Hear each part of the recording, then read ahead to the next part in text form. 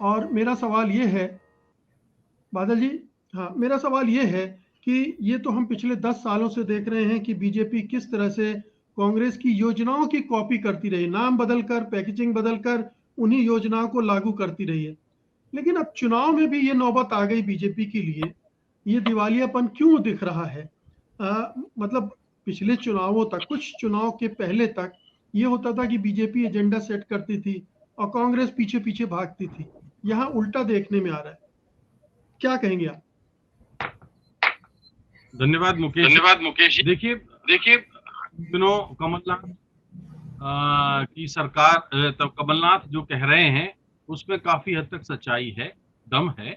और इसलिए कि आप केवल घोषणा पत्र के संदर्भ में ही क्यों, आप ले लें तो 10 साल से इस देश पर अगर आप भारतीय जनता पार्टी का जो संस्करण, मौजूदा संस्करण देख रहे हैं, वो कांग्रेस का ही एक विकृत नकल तो है जो इस देश पर रूल कर रहा है। ओरिजिनल भारतीय जनता पार्टी के विचारधारा के लोग हाशिए पर हैं, पार्टी से बाहर हैं, उपेक्षित हैं, अलग थलग पड़े हुए हैं।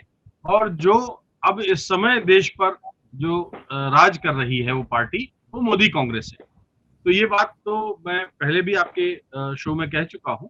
लेकिन दूसरी बात जो आपने मध्य प्रदेश के संदर्भ में कही है, मध्य प्रदेश में घोषणा पत्र की एक अजीबोगरीब कहानी है। कहानी ये है कि ये उन्होंने जो अपनी कमेटी बनाई थी, वो तो जयंत मलैया जी के संयोजन में बनाई थी, संयोजक थे उसके।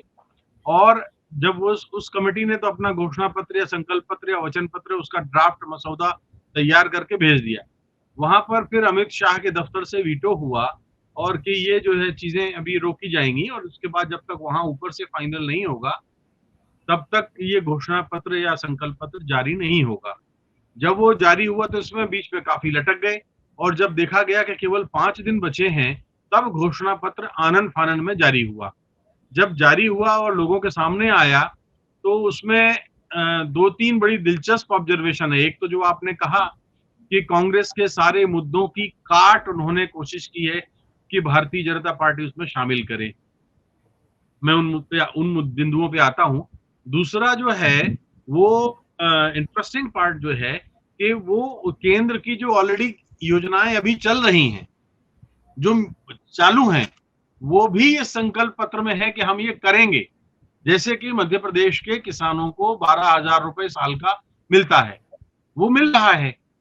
अब वो ये कह रहे हैं कि अगर हम मध्य प्रदेश में आए सत्ता में तो हम ये करेंगे। ये तो पहले से ही वो मोदी सरकार दे रही है, जो उनके अपने उसमें था। दूसरी बात, एक बड़ी इंटरेस्टिंग बिंदु ये है उसका कि आपको याद होगा कि मध्य प्रदेश में शिवराज सिंह चौहान की एक बड़ी, जो जिसको ट्रम्प कार्ड कहते हैं, लाडली बहना योजना। लाडली बहना योजना में शिवराज सिंह चौहान पिछले 1.5-2 महीने से सीना ठोक के वो कहते हैं सभाओं में, चुनावी सभाओं में, कि हम इस योजना के तहत मिलने वाली राशि को 3,000 रुपया महीने तक करेंगे। जब घोषणा पत्र या संकल्प पत्र सामने आया तो ये जो उनका ऐलान था वो नदारद था, वो कहीं है ही नहीं। और आप देखें तो इसका एक जो इसका जो इसकी छाप है, वो उसमें वो शिवराज सिंह चौहान कहीं नजर नहीं आते।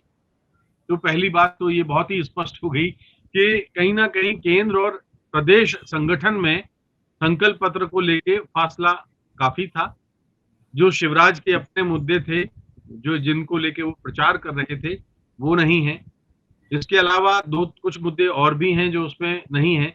अब कांग्रेस के जो मसले थे, जो चल रहे थे, जिनके आधार पर कांग्रेस को इस समय इस चुनाव में लाभ मिल रहा है, वो उन मुद्दों का कुछ का तो उत्तर वो दे पाए, लेकिन बहुत सारे मसले ऐसे हैं जिनमें उनके पास कोई उत्तर था ही नहीं। तो उन्होंने नए तरीके से उसको कुछ गढ़ने की कोशिश की कि जैसे सीनियर सिटीजन को 1,500 रुपए पेंशन देंगे और वगैरह वगैरह। लेकिन कुल मिला के बात ये बिल्कुल आपने सही कही है कि भारतीय जनता पार्टी का जो मध्य प्रदेश में इस समय सरकार है, जो संगठन है, वो दरअसल एक दिग्भ्रमित जिसको कहते हैं उस कंडीशन में है। और वो इसलिए उन मसलों, उन मुद्दों को भी शामिल करने से, उठाने से नहीं चूक रहा है जो कांग्रेस ऑलरेडी अपने घोषणा पत्र में शामिल कर चुकी है। एक चीज, एक नई बात मैं इसके समर्थन में दूंगा कि देखिए, हम काफी समय से राहुल गांधी को जानते हैं।